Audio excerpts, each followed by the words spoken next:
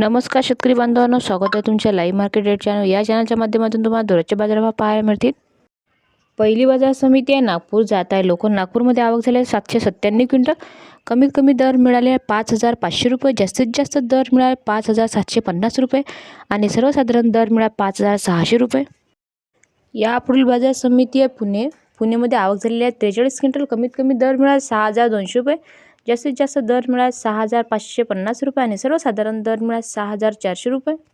यापुढील बाजार समिती आहे बार्शीमध्ये आवक झाली 157 क्विंटल। कमीत कमी दर मिळाला 5700 रुपये, जास्तीत जास्त दर मिळाला 5750 रुपये आणि सर्वसाधारण दर मिळाला 5700 रुपये।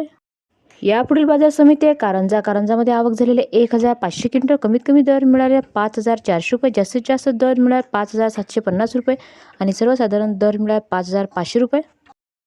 यापुढील बाजार समिती आहे करमाळामध्ये आवक झालेली आहे 22 क्विंटल। कमीत कमी दर मिळाले 4500 रुपये, जास्तीत जास्त दर मिळाले 5550 रुपये आणि सर्वसाधारण दर मिळाला 5200 रुपये। यापुढील बाजार समिती आहे शिरपूरमध्ये आवक झालेली 132 क्विंटल। कमीत कमी दर मिळाले 6900 रुपये, जास्तीत जास्त दर मिळाले 8000 रुपये, जास्त सर्वसाधारण दर मिळाले 7900 रुपये। यापुढील बाजार समिती आहे खामगाव जात आहे चापा। खामगावमध्ये आवक झालेली 865 क्विंटल।